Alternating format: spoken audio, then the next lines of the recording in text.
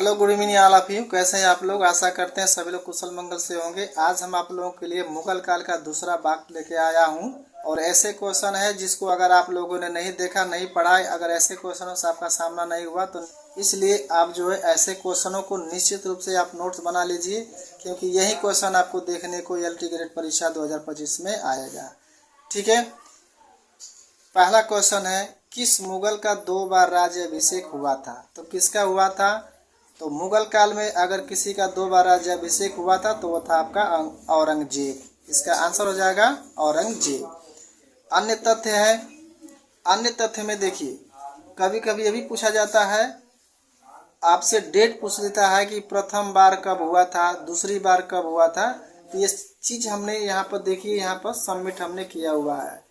आपको हमने बताया है कि एक क्वेश्चन से अनेक प्रश्न उत्तर आपको देखने को मिलेंगे हमारे यूट्यूब चैनल इंडिया अकेडमी 0.2 पर, जहां से आपको सफलता निश्चित तौर पर मिलेगी।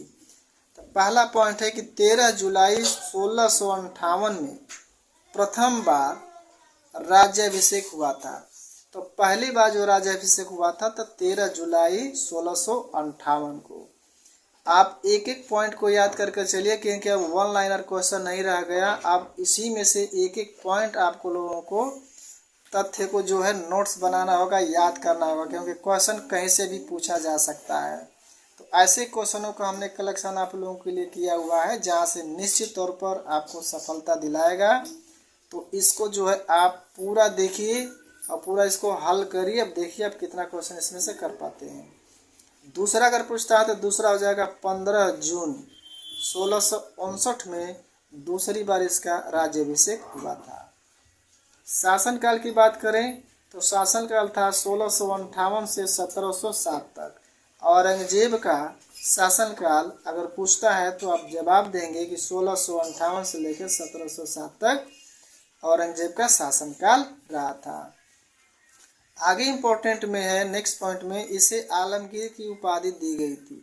कई बार क्वेश्चन पूछा गया कि मुगल काल में आलमगीर की उपाधि किसे दी गई थी?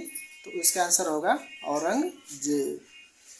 अगला पॉइंट है कि इसे जिंदा पीर कहा गया। अगर जिंदा पीर, कई बार क्वेश्चन पूछा गया टीजीटी लेकर के पीजीटी लेवल तक ले, तो जिंदा पीर किसे कहा गया? तो औरंगजेब को ही जिंदा पीर की उपाधि दी गई है। ठीक है, अगला है कि यह दारुल उद हद से दारुल इस्लाम बनाना चाहता था। इसका एक ही लक्ष्य था कि यह दारुल उद हद से दारुल इस्लाम बनाना चाहता था। तो ये जो थे फैक्ट जो है औरंगजेब से हैं।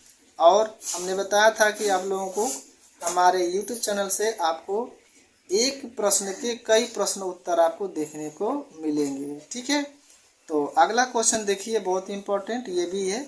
ये सारा कलेक्शन आप लोगों के लिए हम खोज कर लाए हुए हैं। आपको कहीं और जाने की जरूरत नहीं है, आप यहीं से आप अंतिम तैयारी अपनी बढ़िया से कर सकते हैं। बार बार पढ़ने से अच्छा है कि एक बार पढ़िए, बढ़िया से पढ़िए। सिर ए अकबर के नाम से 52 उपनिषदों का अनुवादक कौन था? यानी 52 उपनिषदों का अनुवाद किसने किया था? तो इसका आंसर होगा दारा शिको होगा। तो दारा शिको ने किया हुआ था। दारा शिको से अन्य तथ्य देख लीजिए, इसे द्वितीय अकबर कहा जाता है। अगर मुगल काल में किसी अगर द्वितीय अकबर कहा जाता है तो उसका नाम होगा दारा शिको। दारा शिको पर आप क्या करेंगे? टिक करेंगे। शाहजहां ने इसे शाह बुलंद इकबाल की उपाधि दिया था। अगर पूछा जाता है कि मुगल काल में शाह बुलंद इकबाल की उपाधि किसे दी गई थी तो इसका आंसर होगा दारा शिको होगा। नेक्स्ट है, यह अकबर का ज्येष्ठ पुत्र था। अकबर का सबसे बड़ा पुत्र अगर पूछा जाए तो कौन था? दारा शिको था। अगर इसकी एक पुस्तक थी दारा शिको की, मज्म उल बहरीन, और ये पुस्तक कैसी थी? तो सूफी पुस्तक थी। अगर पुस्तक का नाम पूछता है तो मज्म उल बहरीन होगा। अगर दिया हो कि मज्म उल बहरीन किसने लिखा है तो आप जवाब देंगे दारा शिको को देंगे। ठीक है, नेक्स्ट देखिए, अगला आप लोगों के लिए कितना बेहतरीन क्वेश्चन का कलेक्शन हमने लिया हुआ है आप लोगों के लिए। कह रहा जजिया किसने पुनः लगाया? पहला क्वेश्चन। दूसरा, सर्वप्रथम लगाने वाला कौन था? तो अगर इसका डिफाइन किया जाए तो मुगल काल में जजिया कर पुनः लगाने वाला था औरंगजेब। किसने लगाया था? तो औरंगजेब ने लगाया हुआ था। अन्य तथ्य में अगर ये पूछा जाए कि सर्वप्रथम जजिया किसने लगाया था, इसका जवाब होगा मोहम्मद बिन कासिम ने। कब लगाया था? 1712 में सिंध पर लगाया हुआ था। तो अगर ये पूछा जाए कि सबसे पहले कौन लगाया था, तो जवाब देंगे मोहम्मद बिन कासिम। कहाँ लगाया था? तो सिंध पर लगाया हुआ था। ठीक है, नेक्स्ट क्वेश्चन में देखिए, इसी में तथ्य में ब्राह्मणों से जजिया वसूलने वाला कौन था? तो FST था, मतलब फिरोज शाह तुगलक।